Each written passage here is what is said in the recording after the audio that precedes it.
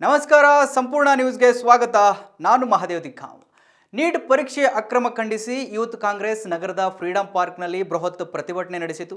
ಇದೇ ಸಂದರ್ಭದಲ್ಲಿ PM compromise I love cockroach T shirt ಬಿಡುಗಡೆ ಮಾಡುವ ಮೂಲಕ ಕೇಂದ್ರ ಸರ್ಕಾರ ಮತ್ತು ಬಿಜೆಪಿ ವಿರುದ್ಧ ಕೈ ನಾಯಕರು ವಾಗ್ದಾಳಿ ನಡೆಸಿದರು.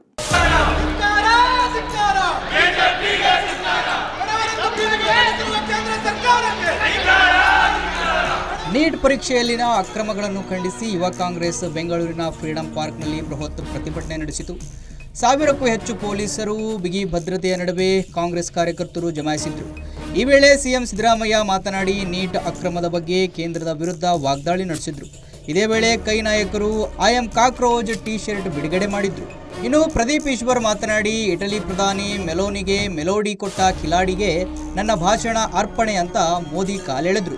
ನಾನು ಇವತ್ತಿನ ನನ್ನ ಭಾಷಣವನ್ನ ಇಟಲಿಗೆ ಹೋಗಿ ಮೆಲೋಡಿ ಕೊಟ್ಟ ಕಿಲಾಡಿಗೆ ಅರ್ಪಿಸ್ತಾ ಇದ್ದೀನಿ. ಅಲ್ಲದೆ ನೀಟ್ ಮಾಫಿಯಾದಲ್ಲಿ ಬಹಳಷ್ಟು ವಿದ್ಯಾರ್ಥಿಗಳ ಭವಿಷ್ಯ ಇಂದು ಅತಂತ್ರವಾಗಿದೆ, ಇದೊಂದು ದೊಡ್ಡ ದಂಧೆ ಅಂತ ಕೇಂದ್ರದ ವಿರುದ್ಧ ಕೆರಳಿದ್ರು. ವೈದ್ಯಕೀಯ ಶಿಕ್ಷಣ ಸಚಿವ ಶರಣಪ್ರಕಾಶ್ ಪಾಟೀಲ್ ಮಾತನಾಡಿ, ಕೇಂದ್ರ ಸರ್ಕಾರ ವಿದ್ಯಾರ್ಥಿಗಳ ಭವಿಷ್ಯದ ಜೊತೆ ಆಟ ಆಡ್ತಾ ಇದೆ. 23 ಲಕ್ಷ ವಿದ್ಯಾರ್ಥಿಗಳ ಭವಿಷ್ಯ ಅತಂತ್ರವಾಗಿದೆ ಎಂದು ಕೇಂದ್ರದ ವಿರುದ್ಧ ಕಿಡಿಕಾರಿದ್ರು. ಕೇಂದ್ರ ಸರ್ಕಾರದಲ್ಲಿ ಇರ್ತಕ್ಕಂಥ ದೊಡ್ಡ ದೊಡ್ಡ ವ್ಯಕ್ತಿಗಳಿದ್ರಲ್ಲಿ ಶಾಮೀಲಾಗಿದ್ದಾರೆ ಅಂತಕ್ಕಂಥ ಗುಮಾನಿ ಇಡೀ ದೇಶದಲ್ಲಿದೆ. ಈ ವ್ಯವಸ್ಥೆಯಲ್ಲಿ ಕೇಂದ್ರ ಸರ್ಕಾರದಲ್ಲಿ ಇರ್ತಕ್ಕಂಥ ಕೆಲವು ವ್ಯಕ್ತಿಗಳ ಕೈವಾಡಿದೆ ಅಂತಕ್ಕಂಥ ಗುಮಾನಿ ಇಡೀ ದೇಶದಲ್ಲಿದೆ. ಪ್ರತಿಭಟನೆ ಜೋರಾಗ್ತಿದ್ದಂತೆ ಯೂತ್ ಕಾಂಗ್ರೆಸ್ ಅಧ್ಯಕ್ಷ ಮಂಜುನಾಥ್ ಗೌಡ ಹಾಗೂ ಕಾರ್ಯಕರ್ತರು ಲೋಕಭವನಕ್ಕೆ ಮುತ್ತಿಗೆಗೆ ತೆರಳುವಾಗ ಪೊಲೀಸರು ಸ್ಥಳದಲ್ಲೇ ತಡೆದು ಬಂಧಿಸಿದ ಘಟನೆ ನಡೆಯಿತು. ಒಟ್ಟಿನಲ್ಲಿ ಕೇಂದ್ರ ಸರ್ಕಾರದ ನೀಟ್ ಮಾಫಿಯಾ ವಿರುದ್ಧ ರಾಜ್ಯದಲ್ಲದೆ ರಾಜಸ್ಥಾನದಲ್ಲೂ ಕೂಡ ಪ್ರತಿಭಟನೆ ಕಾವು ಜೋರಾಗಿದೆ. ಕೇಂದ್ರ ಸರ್ಕಾರ ಯುವಕರ ಭವಿಷ್ಯವನ್ನು ಹಾಳು ಮಾಡ್ತಾ ಇದೆ. ಯುವಕರ ಭವಿಷ್ಯ ಉಳಿಸೋದಕ್ಕೋಸ್ಕರ ತಾವು ರಾಜಭವನ್ ಚಲೋ ಮಾಡ್ತಾ ಇದ್ದೀರಾ. ಯುವಕರ ಪರವಾಗಿ ಈ ಯೂತ್ ಕಾಂಗ್ರೆಸ್ನ ಹೋರಾಟಕ್ಕೆ ಜಯ ಸಿಗಬೇಕು. ತಾವೆಲ್ಲರೂ ಕೂಡ ರಾಜಭವನ್ ಚಲೋ ಈಗೇನು ತಾವು ಆರಂಭ ಮಾಡ್ತಾ ಇದ್ದೀರಾ, ಇದರಲ್ಲಿ ನೀವು ಯುವಕರ ಪರವಾಗಿ ನಿಮ್ಮ ಹೋರಾಟಕ್ಕೆ ಜಯವಾಗಲಿ. ನಾಯಕರು ಆರ್ ಅಶೋಕಿಂದ ಹಿಡಿದು ಅವರು ಏನು ಕೇಳಿದ್ರೆ, ಕಿಮಾನೆ ಅವರು ರಾಜೀನಾಮೆ ಕೊಡಬೇಕು ಅಂತ ಕೇಳಿದ್ರೆ, ನಾನು ನಿಮ್ಮ ಮೂಲಕ ಕೇಳಿಕೆ ಬಯಸ್ತೇನೆ ಮಿಶ್ರ ಆರೋಗ್ಯ ನಾರಾಯಣ ಸ್ವಾಮಿ ಅಥವಾ ವಿಜೇಂದ್ರ, ಈಗ ನಿಮ್ಮ ನೇತೃತ್ವದ ಸರ್ಕಾರದಲ್ಲಿ ಯಾವ ನೀಟ್ ಪೇಪರ್ ಅನ್ನ ಎಕ್ಸಾಮಿನೇಷನ್ ಪೇಪರ್ ಅನ್ನ ಲೀಕ್ ಆಗಿದೆ, ಯಾರೇ ಇದರ ಹೊಣೆಯನ್ನ ಬರ್ತೇವೆ?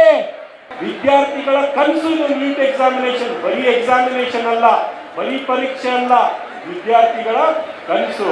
ಆ ಕನಸು ನೆನಸು ಮಾಡಿಕೊಳ್ಳೋದಕ್ಕೂ ಕೂಡ ಮೋದಿ ಸರ್ಕಾರ ಅವಕಾಶ ಮಾಡಿಕೊಟ್ಟಿಲ್ಲ. ಅಂದ್ರೆ ಇದಕ್ಕಿಂತ ನಾಚಿಕೆಗೇಡು ಸರ್ಕಾರ ಇಡೀ ರಾಷ್ಟ್ರದ ಇತಿಹಾಸದಲ್ಲೇ ಎಂದೂ ಬಂದಿಲ್ಲ ಅಂತ ನಾನು ಇವತ್ತು ಹೇಳಕ್ಕೆ ಬಯಸ್ತಾ ಇದ್ದೀನಿ. ಈ ನಮ್ಮ ಕೂಗು ಇದು ಕೇಂದ್ರ ಸರ್ಕಾರಕ್ಕೆ ಮುಟ್ಟಬೇಕು, ನರೇಂದ್ರ ಮೋದಿ ಅವರಿಗೆ ಮುಟ್ಟಬೇಕು, ಕೇಂದ್ರ ಸರ್ಕಾರದ ಎಲ್ಲ ಸಚಿವರುಗಳಿಗೆ ಇದು ಮುಟ್ಟಬೇಕು. ನಮ್ಮ ರಾಜ್ಯ ಸರ್ಕಾರದಿಂದ 4 ಜನ ಕೇಂದ್ರದಲ್ಲಿ ಇವತ್ತು ಮಂತ್ರಿಗಳಿದ್ದಾರೆ. ಒಬ್ಬರು ರಾಜ್ಯದ ಪರವಾಗಿ ಒಬ್ಬರು ಒಂದು ಸುದ್ದಿಯನ್ನು ಎತ್ತಲ್ಲ, ಯಾರ ಪರವಾಗೂ ಇಲ್ಲ, ಮಹಿಳೆಯರ ಪರವಾಗಿಲ್ಲ, ರೈತರ ಪರವಾಗಿಲ್ಲ. ಅತ್ಯಂತ ಪಾರದರ್ಶಕವಾಗಿ ನಡೀತಾ ಇದ್ದಂತ ನಮ್ಮ ನೀಟ್ ಎಕ್ಸಾಮ್ ಅನ್ನು ಹಾಳ್ಗೆಡವೆ ಕೇಂದ್ರ ಸರ್ಕಾರದಲ್ಲಿ ಕೂರ್ಬೇಕು. ಎಲ್ಲ ರಾಜ್ಯಗಳನ್ನ ಸುಳ್ಳನ್ನ ಹೇಳಿ ಓಚೋರಿಯನ್ನ ಮಾಡಿ ಬೇಕಾದ ರೀತಿಯಲ್ಲಿ ಹಿಂದೂ ಮುಸ್ಲಿಂ ಗಲಾಟೆಯನ್ನ ಮಾಡಿ ರಾಜಕೀಯ ಮಾಡೋದು ಬಿಟ್ರೆ ನೀಟ್ ವಿದ್ಯಾರ್ಥಿಗಳಿಗೆ ಶಿಕ್ಷಿಸುತ್ತಾ ಇದ್ದಾರೆ.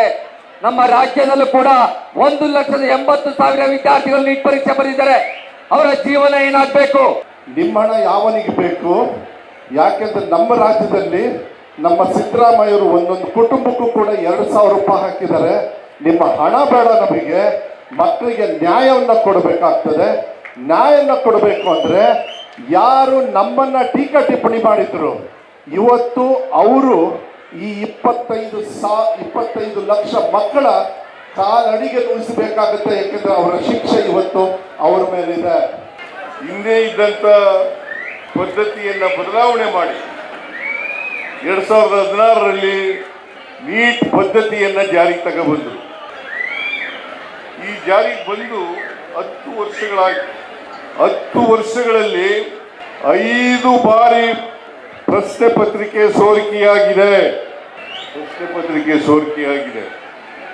ನೀಟ್ ಪರೀಕ್ಷೆ ಬರೀಬೇಕಾದ್ರೆ ವಿದ್ಯಾರ್ಥಿಗಳು 1 ವರ್ಷ ಕಾಲದಿಂದ ತಯಾರಿ ಮಾಡ್ಕೊಂಡಿರ್ತಾರೆ. ಅನೇಕ ಜನ ವಿದ್ಯಾರ್ಥಿಗಳು ಕೋಚಿಂಗ್ ಸೆಂಟರ್ಗೆ ಸೇರ್ಕೊಂಡು ಅಲ್ಲಿ ಅಭ್ಯಾಸವನ್ನು ಮಾಡಿರ್ತಾರೆ. ಸಾವಿರಾರು ರೂಪಾಯಿಗಳನ್ನು ಖರ್ಚು ಮಾಡಿರ್ತಾರೆ. ಇದರಲ್ಲೂ ಕೂಡ ಯಾವ ವಿದ್ಯಾರ್ಥಿಗೆ ಹಣ ಇರ್ತದೆ ಆ ವಿದ್ಯಾರ್ಥಿ ಕೋಚಿಂಗ್ ಸೆಂಟರ್ಗಳಿಗೆ ಸೇರ್ಕೊಳ್ಳಲಿಕ್ಕೆ ಸಾಧ್ಯ ಆಗ್ತದೆ. ಸಂಪೂರ್ಣ ನ್ಯೂಸ್, ಇದು ನೊಂದವರ ಧ್ವನಿ.